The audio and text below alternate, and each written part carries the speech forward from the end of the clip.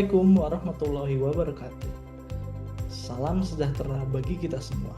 Om Swastiastu, Namo Buddhaya, salam kebajikan. Selamat pagi dan semoga kita selalu dalam lindungan Tuhan Yang Maha Esa. Perkenalkan, saya Dinar Nugroho Pratomo, Eskom MIM MCS, dosen tetap program studi Diploma 4 Teknologi Rekayasa Perangkat Lunak, Departemen Teknik Elektro dan Informatika, Sekolah Vokasi Universitas Gadjah Mada. Saat ini, saya sedang mengikuti sertifikasi dosen gelombang 1 yang diselenggarakan oleh Kemendikbudristek tahun 2025. Dalam kesempatan ini, saya akan memaparkan dokumen pernyataan diri dosen dalam unjuk kerja Tridharma Perguruan Tinggi atau PDD UKT-PT. Pada video ini, saya akan memaparkan salah satu mata kuliah yang saya ampu, yaitu Praktikum Pemrograman Web 1. Mata kuliah ini merupakan mata kuliah wajib dengan kode SVPL 21432008. Mata kuliah ini saya ajar pada semester gasal tahun ajaran 2024-2025 dengan bobot 2 SKS. Adapun deskripsi mata kuliah ini adalah mata kuliah wajib bagi mahasiswa program studi D4 Teknologi Rekayasa Perangkat Lunak di Sekolah Vokasi Universitas Gadjah Mada.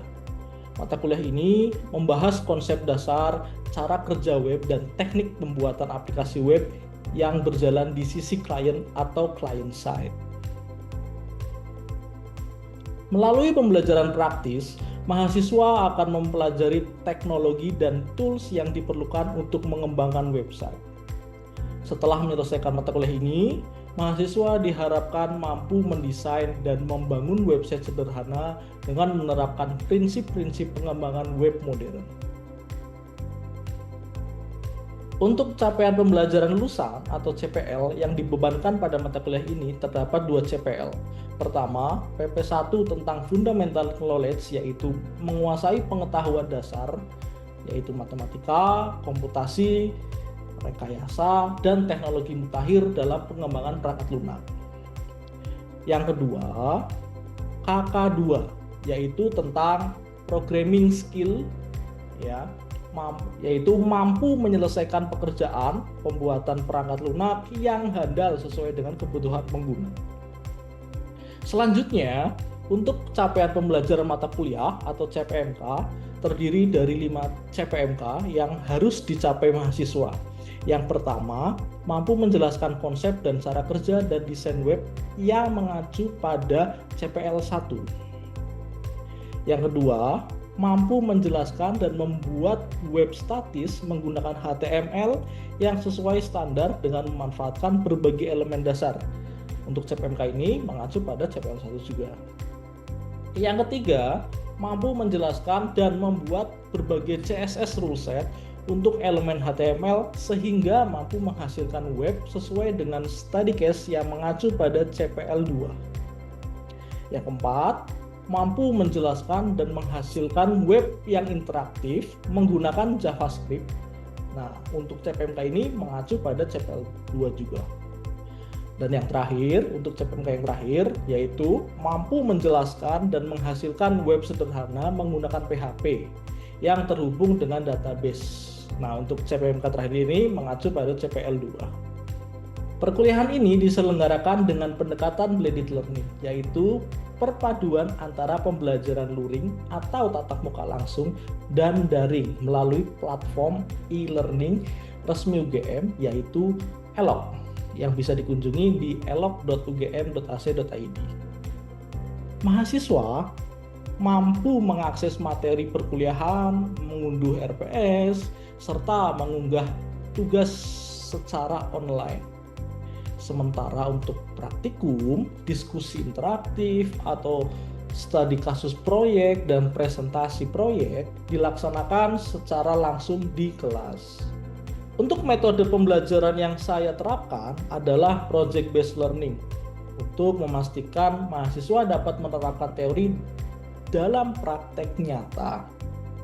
Adapun kaitan CPMK dengan materi dan bentuk pembelajaran pada mata kuliah ini meliputi pengenalan konsep dasar web development, kemudian ada konsep dasar HTML, kemudian ada link frame dan tabel, kemudian nanti ada form dan gambar, kemudian ada pengenalan CSS, kemudian ada intermediate CSS, kemudian nanti ada Flexbox, lalu Bootstrap, kemudian desain web, lalu ada JavaScript, kemudian instalasi Xampp, kemudian pengenalan PHP, kemudian ada array control dan kondisi pada PHP, serta database. Untuk alokasi waktu sendiri, setiap pertemuan dialokasikan selama 220 menit, yang mana terdiri dari 180 menit untuk praktikum di kelas dan 40 menit untuk pengerjaan laporan praktikum atau tugas yang dikumpulkan melalui e-learning UGM. Penilaian dalam mata kuliah ini mencakup 4 komponen utama. Yang pertama, evaluasi kognitif berupa kuis dan keaktifan di kelas dengan bobot 10%. Yang kedua, aktivitas partisipatif berupa laporan praktikum dan tugas dengan bobot 30%. Yang ketiga, ujian tengah semester atau UTS dengan bobot 20%.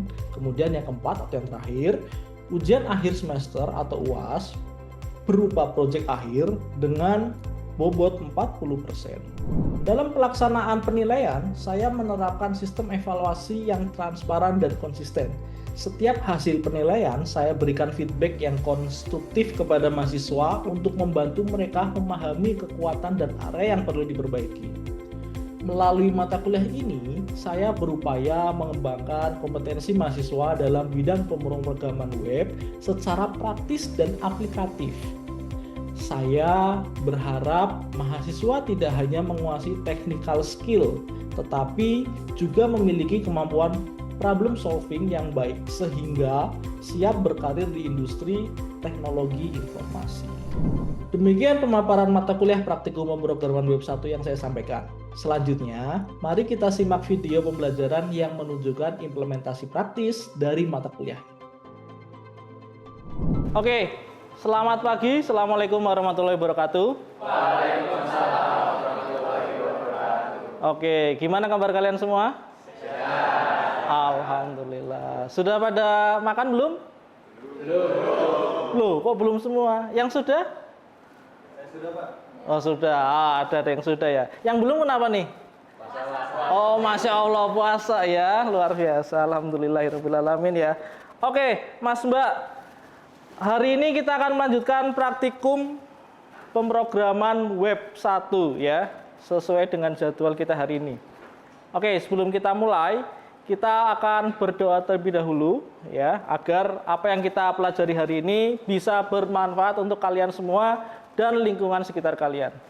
Berdoa, dipersilahkan.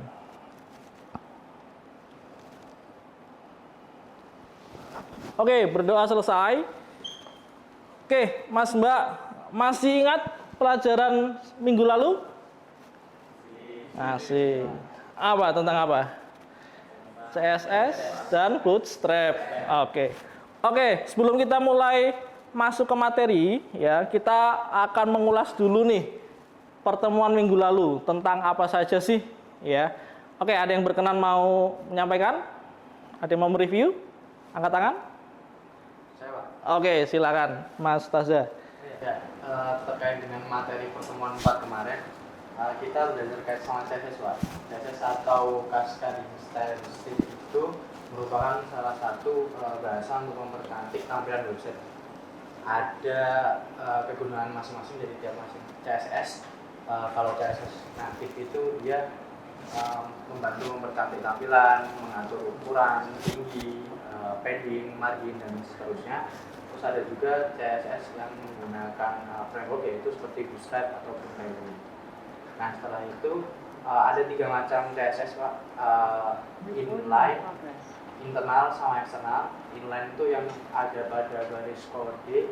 Terus kalau internal itu yang berada pada satu file yang sama, dan eksternal adalah file yang di luar file coding kita tersebut.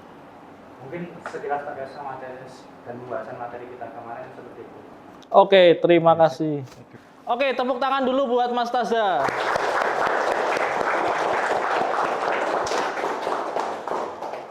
Oke, alhamdulillah sudah bisa semua. Oke.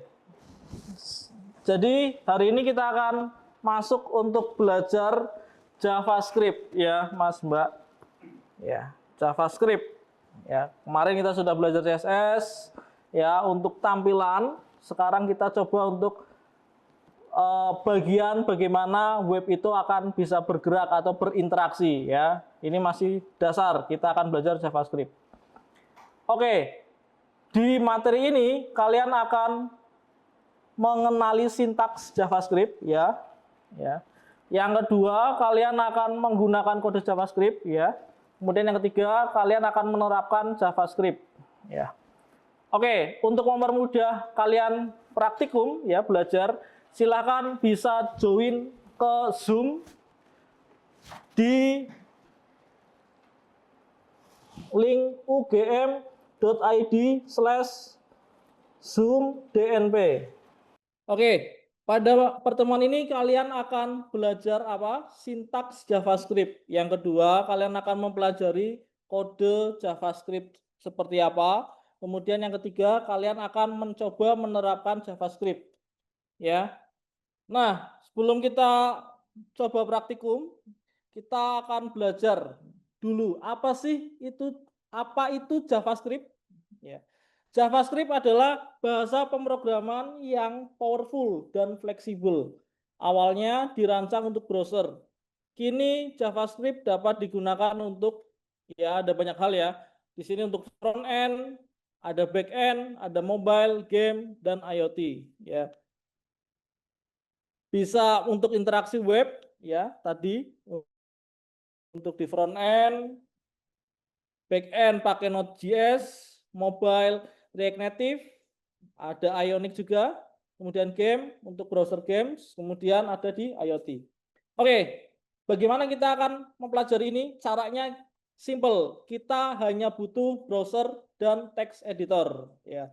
Oke, di depan kalian sudah ada apa? Chrome sudah ada semua ya?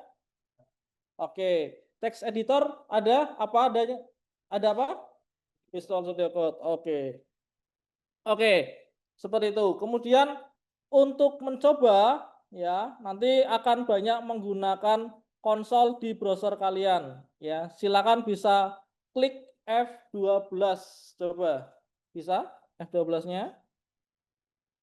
Bisa. Atau kalau tidak klik kanan, kemudian ada inspect element.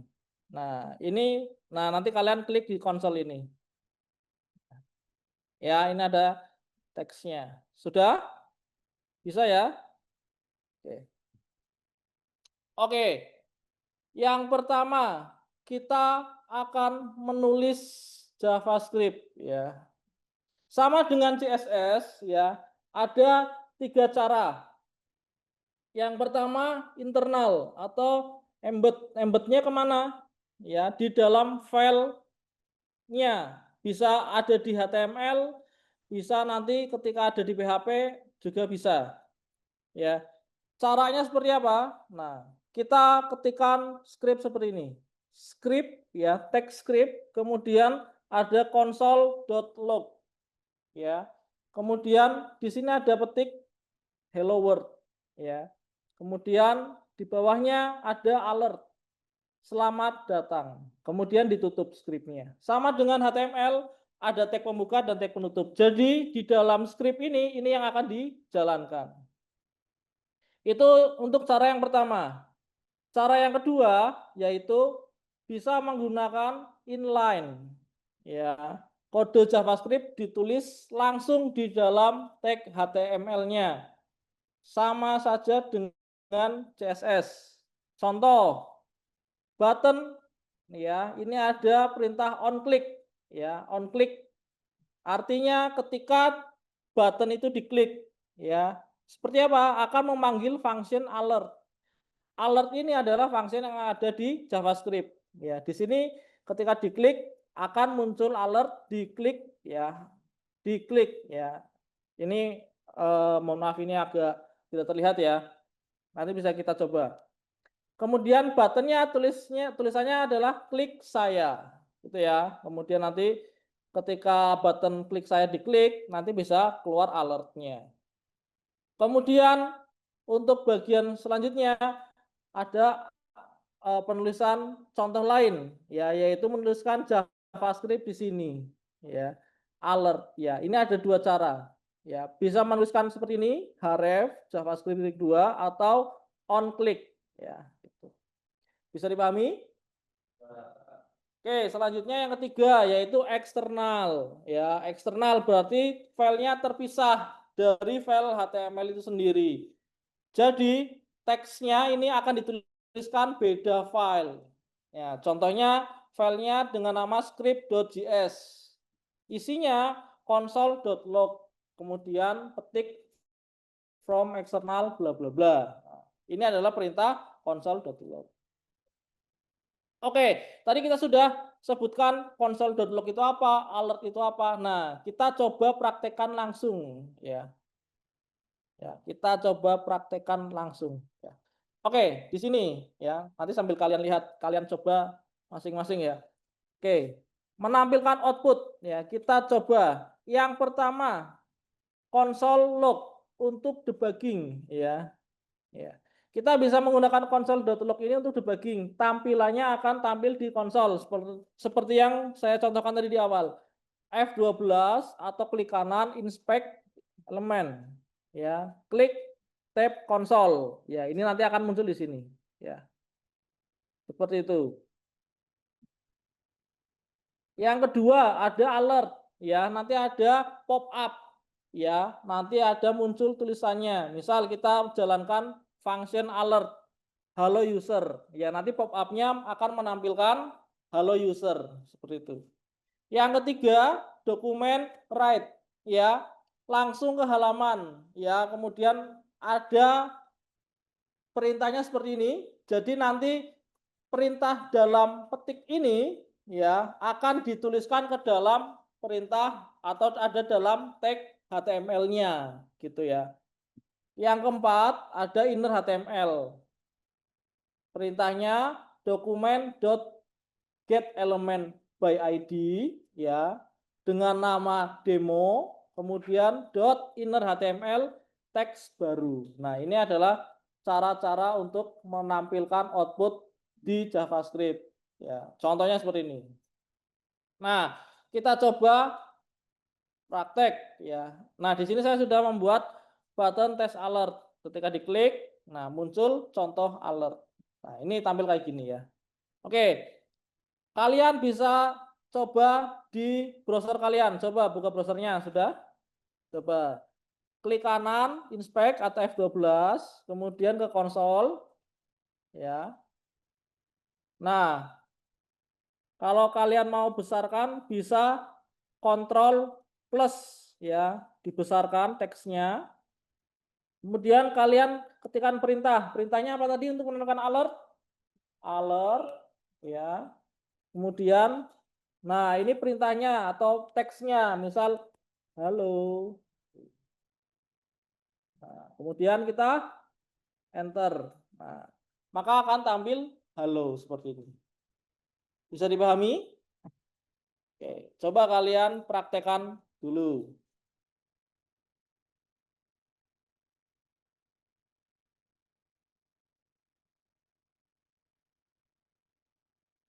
Bisa semua? Oke. Kemudian kita coba selanjutnya adalah tes konsol ya. Nih. Kita tampilkan konsolnya. Ya.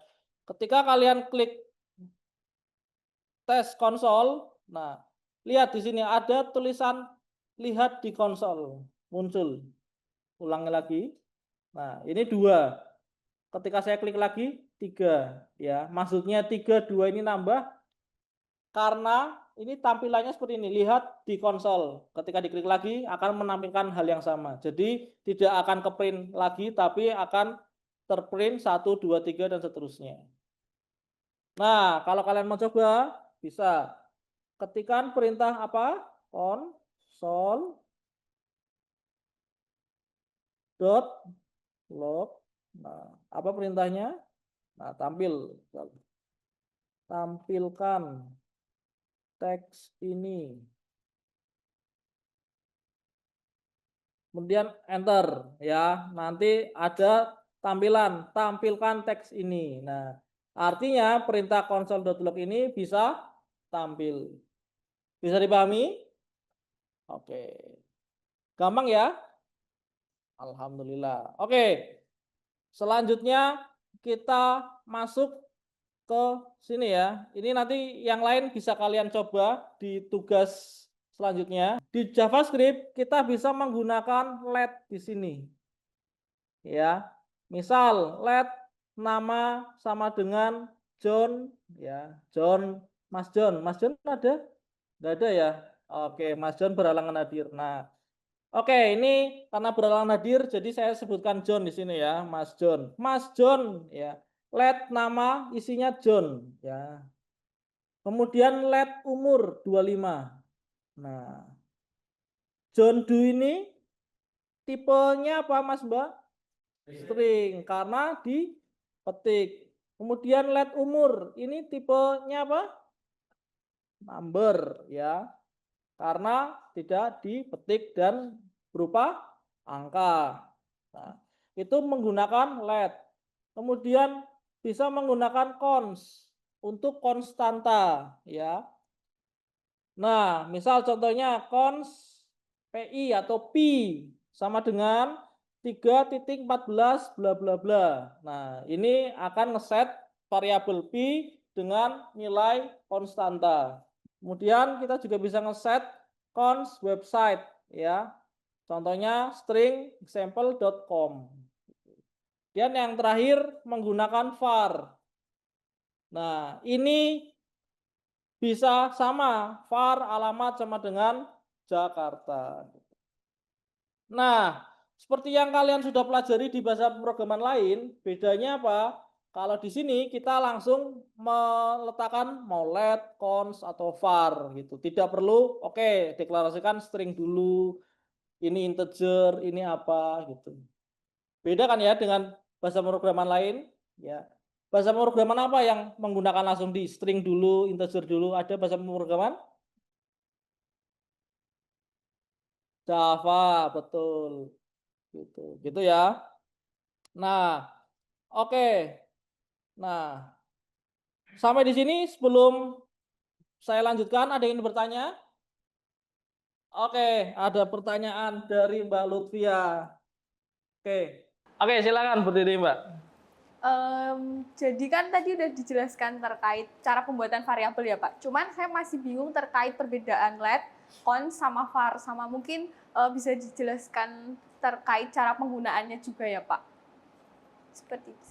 Oke, terima kasih, bisa duduk dulu. Oke, pertanyaan yang sangat bagus ya. Perbedaan dari let, cons sama var ya. Oke, di sini saya sudah menampilkan ya perbedaan dari let, var sama cons ya. Nah, ya secara scope ya, kalau var ini nanti di dalam scope function ya, scope function atau function scope. Jadi hanya ada di bagian functionnya. Kemudian nanti untuk let ini di bagian block scope-nya ya. Kemudian kalau di cons juga sama block scope. Nah, hoistingnya, nah ini nanti ketika diangkat, ketika penggunaan lain, ini var ini nanti terdeteksi sebagai undefined. Ya. Akan tampilnya errornya undefined. Tidak terdefinisikan. Hoisting ini biasanya nanti ketika kita gunakan, kita panggil dulu, kemudian baru dideklarasikan di akhir gitu, ya. Kemudian kalau ulangi. Kemudian kalau let, ya, ini bisa juga cuman akan ambilin error ya, akan lebih jelas temporal dead zone. Jadi nanti akan kelihatan oke, ini error. Tidak seperti var. Kalau var itu langsung undefined.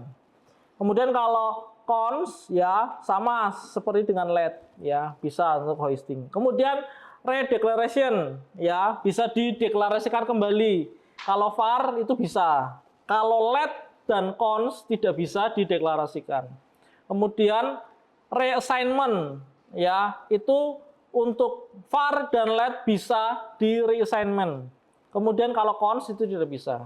Karena cons ya konstanta, jadi nggak bisa, udah nggak bisa diapa-apain. Kemudian untuk best practice-nya, kalau var ini kalau bisa dihindari, lebih mengarah menggunakan let, kemudian cons ya yang jelas itu. Gitu, Mbak, bisa dipahami? Oke, pertanyaan yang sangat bagus. Kita kasih aplaus dulu buat Mbak Lutfia. Coba saya akan ngecek kalian sejauh mana pemahamannya tentang dialog interaktif ini. Ya. Semisal saya ingin menampilkan sebuah perintah CRUD, ya, kemudian delete ya. Kira-kira dialog interaktif mana yang saya pilih terlebih dahulu? Kita jawab kompak aja. Yang pertama, ketika klik button delete akan muncul apa? Yang mana dulu? Confirm. Ya, konfirmasi akan dihapus atau tidak. Ketika dipilih ya, nanti masuk ke alert ya. Informasinya apa? Data telah terhapus. Oke, mantap ya. Oke, ini ya, ini ada beberapa latihan soal. Nanti kalian bisa coba jawab, kerjakan. Nanti kalian bisa kerjakan, kemudian kalian kirimkan ke dalam elok, gitu ya. Nanti kalian kerjakan dan kirimkan ke dalam elok. Ya, ada pertanyaannya ada 5. Yang pertama, apa perbedaan antara let, cons, var, dan JavaScript? Ya. Kemudian yang kedua, apa yang dimaksud dengan dynamic typing dalam JavaScript? Ya. Kemudian yang ketiga, apa perbedaan antara tadi sama dengan 2 kali dan sama dengan 3 kali untuk perbandingan? Kemudian yang keempat, kapan sebaiknya menggunakan alert, confirm, sama prompt? Kemudian yang kelima, apa kegunaan console.log dan kapan sebaiknya digunakan? Gitu ya. Nah, ini silakan nanti kalian kerjakan, kumpulkan dalam elok ya. Nah, kemudian untuk tugas praktikum ya, nanti kalian bisa mengerjakan di sini ya. Kalian bisa buka modul. Tadi sudah saya beri panduan sedikit pengetahuan, kemudian kalian buka modul, kemudian kalian kerjakan. Kemudian dalam waktu 40 menit nanti kalian bisa membuat laporan praktikum ya. Dulu, draftnya dulu. Nanti di rumah baru kalian kerjakan untuk laporan praktikum. Jangan lupa pakai latex. Oke, gitu ya. Oke, di sini tugasnya ada 3, tugas 1, tugas 2, dan tugas 3. Jadi nanti diperhatikan ya perintah-perintahnya sesuai dengan yang ada di modul ya. Ya, ini tampilan materinya juga sudah tersedia semua di modul. Jadi kalian tinggal coba-coba saja ya. Misal ada operator kalkulator, nanti kalian bisa tiru seperti ini ya. Nanti kalian bisa praktekkan. Misal 1 ditambah 2 berapa? 3. Nah, muncul 3. Oke. Ya, nanti bisa kalian coba yang lain ya, kalau demo apa. Nah, gitu. Kalian bisa kerjakan setelah ini ya.